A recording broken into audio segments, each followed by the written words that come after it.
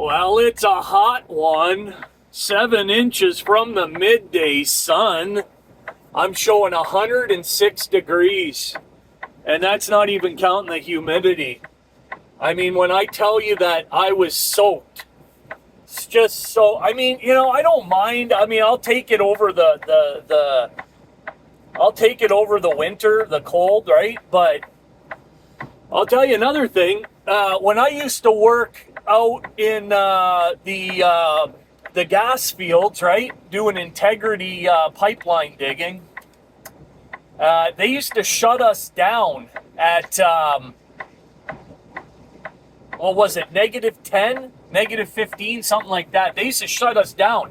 But I'll tell you what they don't do in the summer is shut down for temperatures upwards of 120 degrees. And I don't know which one is more dangerous, heat exhaustion or hypothermia. But either way, anyone who's working out in these conditions this week, right,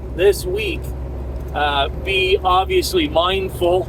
And I'll tell you another thing, like, you know, you look at the population of truck drivers, we're not the healthiest, the healthiest bunch, myself included. And when you look at factors like high blood pressure and high blood sugar, low blood sugar, asthma, COPD, what else you got going on? What's that? Sleep apnea, probably, what do you got? Acid reflux. I mean, the list is long of these ailments that are, just part of the unhealthy lifestyle. The not sleeping properly, the not eating properly, not taking care of ourselves. And of course, I'm not pigeonholing everyone, but the majority of us out here. And, yeah, I mean, it can be tough, right? So I can tell you, this is the first heat wave of the summer, and I don't appreciate it. Not really, not one bit. It wasn't something that I was looking forward to. But I guess the more I go through it, the more it goes on, the more acclimated I get to it, and it just becomes like second nature. Listen, some of these places I go into, these steel mills, especially, right? These places, these foundries, where they're working next to these cubelos melting iron ore all day long, and they're all up in this heat-resistant garb and everything else. I mean, I try to look on the bright side. It could be worse. But I want to talk a little bit about what's going on in trucking today. Of course, there's some, big news that's happened over the weekend. Of course, that nuclear verdict with Schneider. Fuck Schneider. That's what I say. Fuck Schneider.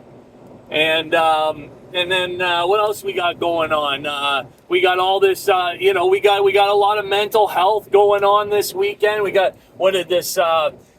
one guy there was on the intranet talking about how he's going to kill himself, child support and, truck payments and It's like, hey, listen, it's not lost on me, right? That it ain't easy out here.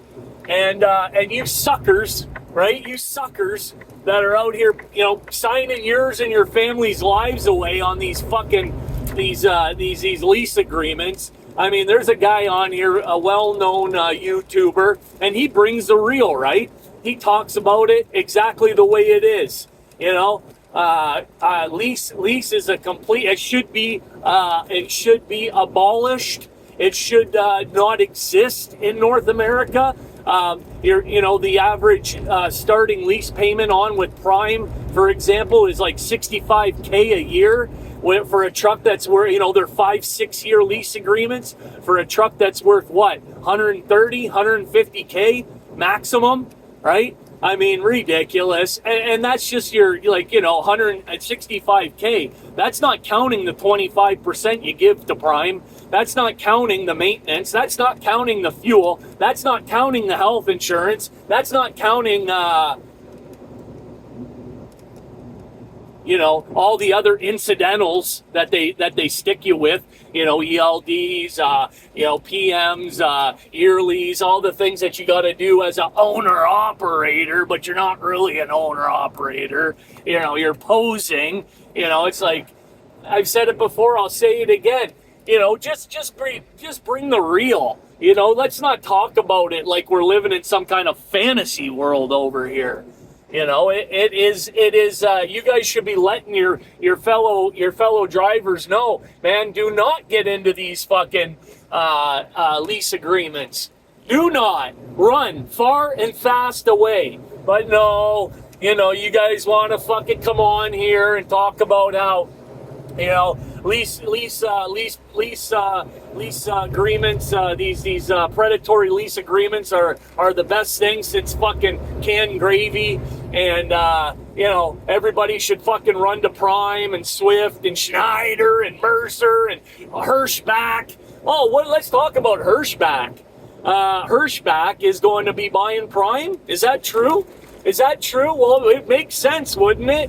How old's this guy, Lowe there, the guy that owns PriME? And he's got nobody to pass the business along to. What is he, almost 70 years old? I'd want to get out from underneath this fucking mess, the situation that I've created, right? I mean, his name is fucking Mud, fucking like shit on a shoe, I mean, I'd want to get out from underneath that. Yeah, hirScHBaCH. Who else? Tribe. What are the other big ones? These predatory. They should be fucking outlawed, man. And shame on them, and shame on you for coming on YouTube and talking about how it's the best thing since sliced bread, and you're making all this fucking money. Lies, fucking lies, man. You got guys coming on the internet talking about my last 4 or 5 settlements, $62, $500, fucking negative $78. I mean, what the fuck are we talking about here? You guys are a fucking joke, man. Again, I want to be taken seriously, and I want to be making fucking money out here, but I'm going to continue to make the same silly fucking choices over and over and over again because my ego is so fragile, and I'm going to be an owner-operator. And you're... What a fucking joke, man. What a fucking joke. Seriously, though, like, get back down to fucking reality. The only way you're making any money... The only way you're making any money is if you own your own equipment and you're a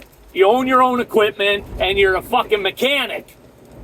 Maybe you stand a chance at making money during this time in trucking. Other than that, you got no business pretending you're an owner operator.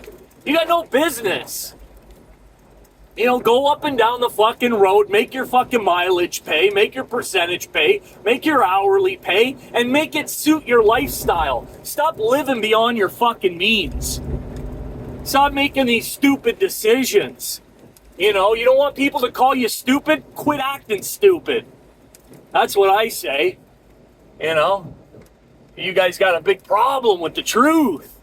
I can't handle the truth. I don't want to hear it, Driver's Lounge. I'm fucking in it. Yeah, I get it, bud. I get it. But you know what your dumbass is going to do? You're going to get out of that walk-away lease and you're going to run to a fucking other one. Yeah, that's what you do. Run to a fucking other one. So for that, what? What, you want a fucking medal? You want a prize? Come on, man.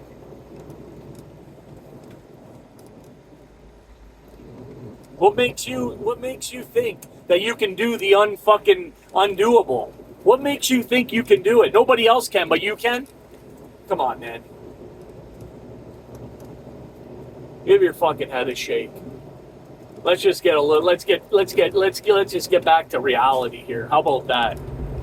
I wish you guys all good luck. I say if you got the option, walk away from these leases before you're fucking make videos about killing yourself. walk away from the lease, get yourself a fucking good company job, and if you can manage to find yourself a decent company job, don't go fucking telling everybody.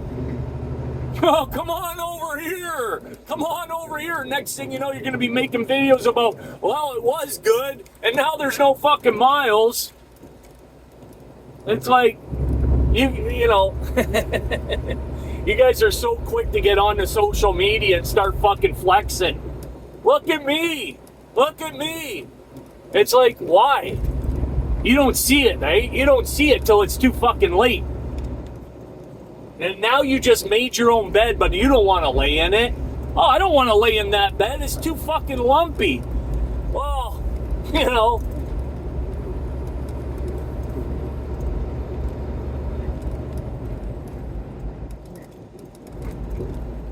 Let's just start being real with one another. Let's put the truth out there.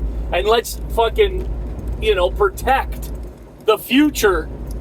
The future, the people coming into trucking, they don't need to make the same mistakes we made, do they? Do they? What's the point of that? Is that going to get trucking to a place where we want it to be? No. No. But, you know, it's the same thing, right? Like I said it before, you just as well fucking walk away or drive over me than fucking, you know, lend a hand. You know, it's so fucking throat out here, right? I mean, you got guys on here making videos about I broke down and fucking all of a sudden there's a truck coming and me and the fucking the maintenance guy, the service guy, we're jumping on the top of the fucking engine with the hood open, trying to get out of the way. The guy's gonna run us fucking over. What? Why? Why? Because there's a lack of give a fuck, right? I lack give a fuck. You got a case of the fuckets, right? And I don't blame you. Is there something you can do instead of blaming and justifying and making fucking videos about how bad fucking trucking is? Is there something you can do about it? Yeah, there is. But, you know, you always want the path of least resistance, right? You want the quickest, the fastest, the shortest way to get to your goal, right? What is that? Is that logical? Is that sustainable? No, it ain't. And I'm here to tell you. But you don't want to fucking hear that. Oh no, Driver's Lounge, you don't know what you're talking about. I'm over here fucking making bank over here at PriME, at Swift, and fucking Schneider. I'm making bank over here. Bullshit. How can you be? With the price of the fuel, the rates, and the price of your fucking lease, how are you making any money? You're so full of shit. You know? So you have one good week. Yeah, they throw you a bone. They throw you a bone every once in a while. We better throw this guy a bone. We're going to have, you know, he's a pretty good driver. They're a pretty good driver. They show up most of the time. You know, they don't give us a hard time. Throw them a bone, right? We got, you know, keep them in the fucking, we got to, after all, they need to pay that fucking truck note. That's what they do. They don't give a shit. As long as they're feeding you enough so that you can make that fucking truck payment every week, they don't give a shit. And you think you got them by the balls. Well, they got to keep me running. They got to keep me running. I mean, they want me to pay this truck payment, don't they? Yeah. But do they give a fuck if you're making any money? No.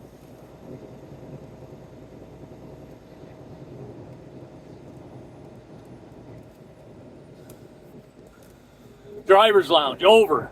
No.